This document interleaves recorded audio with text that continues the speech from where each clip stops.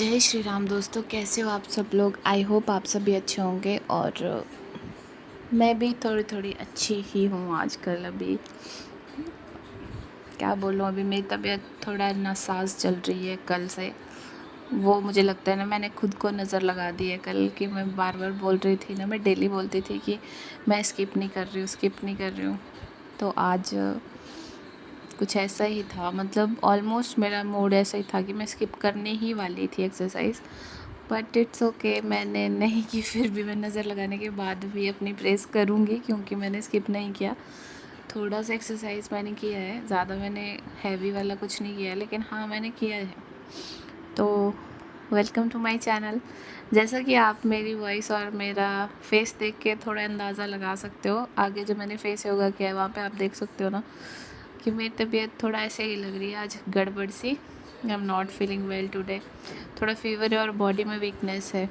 ऐसे दिनों में सबसे इजी ऑप्शन क्या होता है कि आराम से लेट के अपना रेस्ट करो और अपने वर्कआउट को स्किप कर दो। लेकिन आज मैं आपको ये दिखाने आई हूँ कि जब आपका गोल बड़ा हो तो एक्सक्यूज़ की जगह कोई आपकी लाइफ में चीज़ आ ही नहीं सकती है। आज हम बात करेंगे कि बीमार होने पर भी खुद को मोटिवेट कैसे रखें और सेफ़ तरीके से एक्टिव कैसे रहें। देखिए, मैं ये बिल्कुल नहीं कह रही हूँ कि अगर आपको बहुत हाई फीवर है या डॉक्टर ने बेड रेस्ट के लिए बोला है तो आप हैवी वेट लिफ्टिंग करें, बिल्कुल नहीं। अपनी बॉडी की जो हालत है उसके अकॉर्डिंग आपको एक्सरसाइज करनी है। और मैंने भी कोई ज़्यादा हैवी एक्सरसाइजेज़ नहीं की है, मैंने हल्की फुल्की जो बस थोड़ा एक्टिव रहने के लिए ज़रूरी है वही एक्सरसाइजेज़ की हैं। लेकिन अपनी बॉडी की सुनना सबसे इम्पॉर्टेंट होता है। अगर सिर्फ थोड़ा आलस है या फिर माइल्ड वीकनेस है ना, तो बेड पर लेटने से कमज़ोरी और बढ़ती है। जब हम बीमार होते हैं तो हमारा मेटाबॉलिज्म स्लो हो जाता है। आज मेरा वर्कआउट कैलोरी बर्न करने के लिए नहीं है, बल्कि खुद को ये याद दिलाने के लिए है कि आई एम अ फाइटर। क्योंकि गर्मी इतनी हो रखी है, यहाँ पे ऑलमोस्ट 52 डिग्रीज टेम्परेचर है और खाना पीना पानी सब कुछ ऐसे ही पसीने में उड़ रहा है, तो बॉडी एकदम डिहाइड्रेट हो जाती है। तो उस वजह से शायद फीवर या कुछ, मेरी इम्यूनिटी भी ज़्यादा नहीं है, आई नो, बट जितनी है उस हिसाब से मैं काफ़ी फ़ाइट कर रही हूँ यहाँ पे। क्योंकि मैं हिमाचल की रहने वाली हूँ और दिल्ली में मैं सर्वाइव कर रही हूँ इतने टाइम से, तो मेरे लिए तो बहुत बड़ी बात है। क्योंकि दिल्ली का टेम्परेचर सच में जानलेवा टेम्परेचर है अभी आजकल के टाइम में, तो ये बोल सकते हैं। So come back to the point ये है कि मैं एक फ़ाइटर हूँ और आज की एक्सरसाइज मेरी इम्यूनिटी को बूस्ट करने के लिए और मेरे मूड को थोड़ा सा फ्रेश करने के लिए।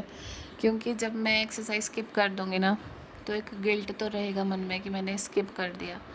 और अगर मैंने 15 मिनट भी एक्सरसाइज कर ली तो मुझे वो गिल्ट नहीं होगा कि मैंने स्किप किया है। हल्का फुल्का एक्सरसाइज करने में तो प्रॉब्लम हो रही थी, अभी बच्चा भी नहीं बैठ रहा है मेरा, ये कभी इधर से उधर फुदक रहा है, कभी कुछ कभी कुछ। लेकिन सब कुछ मैनेज करके चलना पड़ेगा। उसको थोड़ी बांध के नहीं मैं रख सकती हूँ। और जितना ये खेलेगा भागेगा उतना ये भी एक्टिव होगा। सो ये तो पार्ट ऑफ लाइफ है, ऐसे तो चलता रहेगा। अच्छा जी, आज हम कोई हाई इंटेंसिटी या हैवी कार्डियो तो बिल्कुल नहीं करेंगे। आज का हमारा सिंपल सा मंत्र है, keep it light and safe. तो जो आपको लगे कि मुझे हल्की फुल्की एक्सरसाइज करनी चाहिए अपनी बॉडी के लिए, वो आप करो, हल्की जितनी आपको लगता है कि मुझे करनी चाहिए। और ये ज़रूरी भी नहीं है कि आपने सारी ही कर लेनी है, जो जो आप करते हो जितना आपको लगे कि आपकी बॉडी मैनेज कर सकती है। जैसे कि आप डीप ब्रीदिंग कर सकते हो, एक नॉर्मल स्ट्रेचिंग कर सकते हो। क्योंकि डीप ब्रीदिंग से जो आपके लंग्स हैं उनमें ऑक्सीजन जाएगी तो बॉडी रिकवर करने में हेल्प होगी।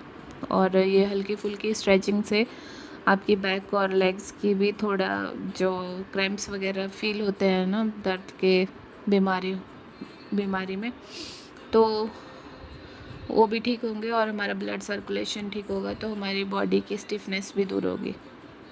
हल्का स्लो वॉक या लाइट योगा भी हमारी बॉडी को मोशन में रखता है।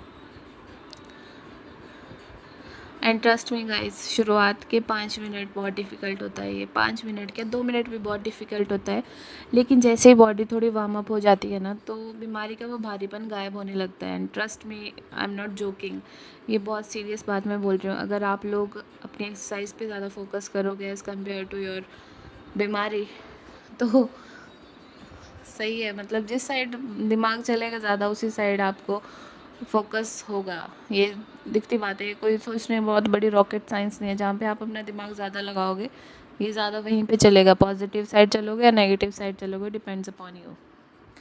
और रही बात डाइट की, तो बीमारी के दिनों में तो गुनगुना पानी, हर्बल टी वगैरह ये चीज़ें ही चलती हैं। बट आजकल थोड़ा गर्मी की वजह से ये चीज़ें नहीं पीते हैं। मैं तो नहीं पीती, मैं सिर्फ पानी पीती हूँ। मैं तो ORS का पानी भी नहीं पी सकती, मेरे को बहुत बुरा लगता है। और बीमारी के दिनों में ना वर्कआउट से ज़्यादा ज़रूरी है आपकी प्रॉपर डाइट। आज मैं कोई क्रैश डाइट फॉलो नहीं कर रही हूँ, आज मेरा पूरा फोकस है हाइड्रेट रहने पर। पहले तो आज मैंने पूरा दिन भर पानी अच्छे से पिया है, और मूंग दाल बनाई थी मैंने, तो वो मैंने ऐसे ही पी है। नारियल पानी भी मैंने पिया है। सूप मेरा पीने का मन नहीं है, तो सूप मैं नहीं पीती हूँ। आजकल गर्मी में मन नहीं करता है गरम गरम चीज़ें वैसे भी खाने का, सो आई प्रेफर वाटर। बस मुझे पानी ही पसंद है। और फ्रूट्स भी मैं खा लेती हूँ, ऐसा नहीं है कि नहीं खाती, बट मुझे नारियल और उसकी मलाई ज़्यादा पसंद है। ये बनाना एंड ऑल, बनाना तो मुझे पसंद है बट मैं खाती नहीं हूँ उसको। और मैंगो मुझे पसंद नहीं है, पता नहीं क्यों, सबको अच्छा लगता है पर मुझे ही अच्छा नहीं लगता होगा शायद। और वैसे भी बीमारी के टाइम सिंपल खाना ही अच्छा लगता है। आपकी बॉडी को हील होने के लिए एनर्जी चाहिए, इसलिए भूखे बिल्कुल मत रहिए। वर्कआउट को शॉर्ट रखें और रेस्ट को पूरा टाइम दें।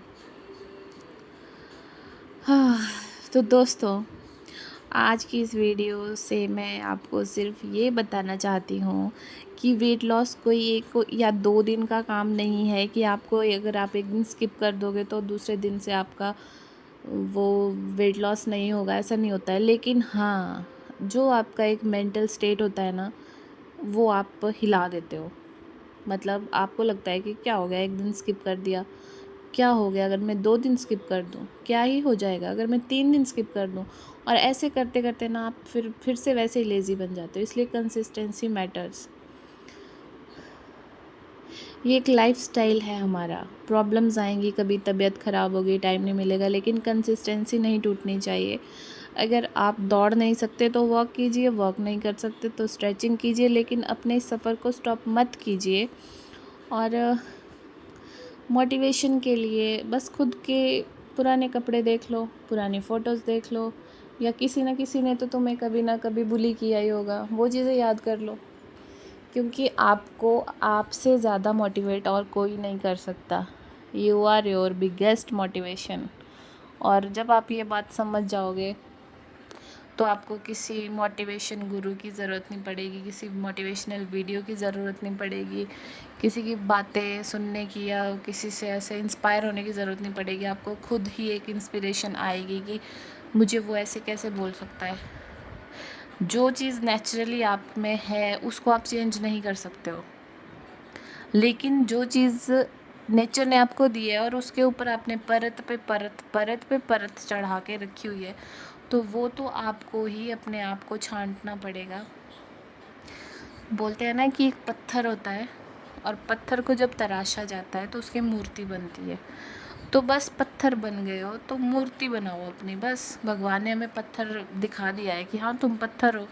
अब भगवान ने हमें रास्ता भी दिखा दिया है कि तुम्हें इस रास्ते पे चलना है। अब ऐसा तो है नहीं कि हनुमान जी आके अपने गदा से हमें फोड़ेंगे और हमारा सारा फैट निकल जाएगा, ऐसा तो होने से रहा। सो समझ रहे हो क्या बोल रही हूँ मैं। और रही बात मेरे फेस योगा की, ये तो कसम से इतना मस्त है ना फेस योगा, तो मैं तो फ़ैन हो गई हूँ इसकी। मतलब अगर मेरा कभी स्किप हो भी जाएगा ना, तो मैं ये वाला तो मैं कभी स्किप नहीं करूँगी फेस योगा, क्योंकि इससे मेरे फेस पे पता नहीं फ़ैट कम हुआ है कि नहीं हुआ है, आई डोंट नो।